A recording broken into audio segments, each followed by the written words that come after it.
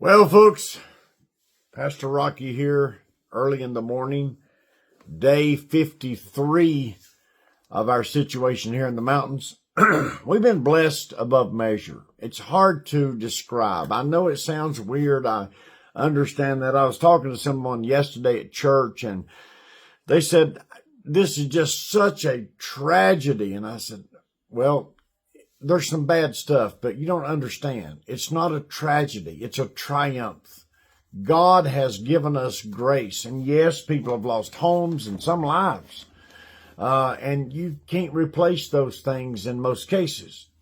But what you can do is remember that God is for you. Even though disasters happen, situations occur, God is still with you. And the thing that's important about that for me to get to you is this, that no weapon formed against you shall prosper. God will make a way. Now, it may be a weird thing to you, which kind of way he's making. Whatever challenge you have, whatever situation that you have. I remember, it's sort of a strange illustration, but I remember this on some of those shows like America's Got Talent or The Voice, or whatever, American Idol or whatever. I've heard those judges say to those kids or young people before, I've been told no many times, and yet that's still no reason to stop. You got to keep going. Well, sometimes in our lives, we're told no, or we don't get the results that we want. But what are we supposed to do? We're supposed to press on, push on, continue on, because God is for us. One of the things that happens so much in life is that people get weary. And we all get weary. I get weary. You get weary. But in the weariness that we have, we can choose to draw strength or to fall deeper into weakness. So for me, it's a great passion that I have to draw strength out of what God is doing. And a lot of times I don't know what God is doing, but I know that he is working for my benefit. I know that he loves me. I know that he cares about me. And that's a big deal, because in all the scope of the world that we see, the things that we think about, the things that we're a part of, the things that are out there, listen, God is so awesome and loves us so much. For example, I have a passage here that's one of my favorites. I know I say a lot of times one of my favorites, but I'm favorable to the book. There's a lot of favorite things in here for me.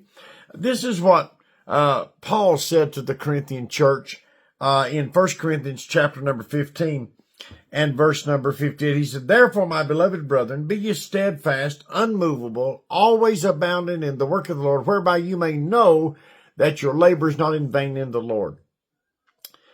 How much better than that can you get? You can't get any better than that. Knowing that what I'm doing counts. Knowing that what you're doing counts. Now, some of you cannot be with us here in Western North Carolina. It's just too far for you to come, or you have other obligations and you just can't make it here. But what you can do is what we need. You can pray. God works through prayer in such an incredible way. Somebody said to me one time, how do you describe prayer? I said, well, prayer obviously is talking to the Lord. Communicating in a positive manner, laying things out that are a burden or whatever the case may be. But I said one time that prayer is kind of like a scab. I know that sounds weird and not very spiritual, but bear with me. It's kind of like a scab. You feel it and you want to so bad to, in most cases, to pick it off, because you just got to do it. But if you will neglect it, the itch doesn't go away, but the purpose gets misdirected or redirected.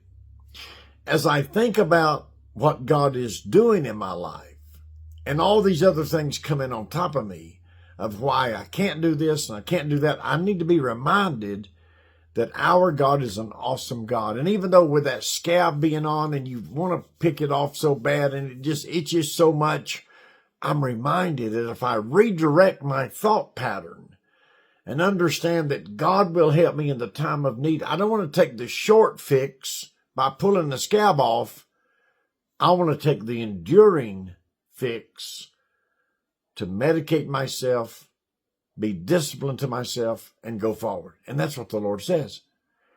Be ye therefore steadfast, unmovable, always abounding in the work of the Lord. Why?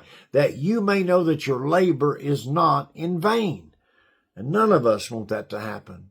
The people that we help at the church, the people we feed at the church, the people in the community, we want people to know that's not in vain. We're doing that for a purpose. Listen, you should see the people that come by the sanctuary store. They're in the church. They're rolling buggies up and down.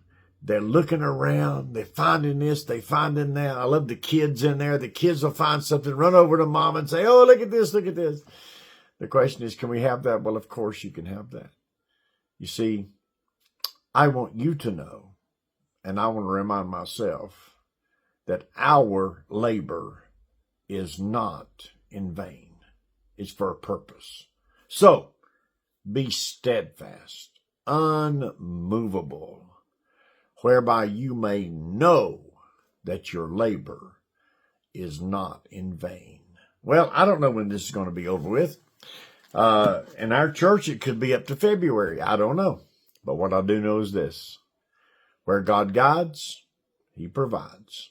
And if you follow Him, leave the scab on, let it heal. Even though it's a temptation to scratch it off, let God have His way, and He will bless you for it. God bless you. We love you. I'll see you soon.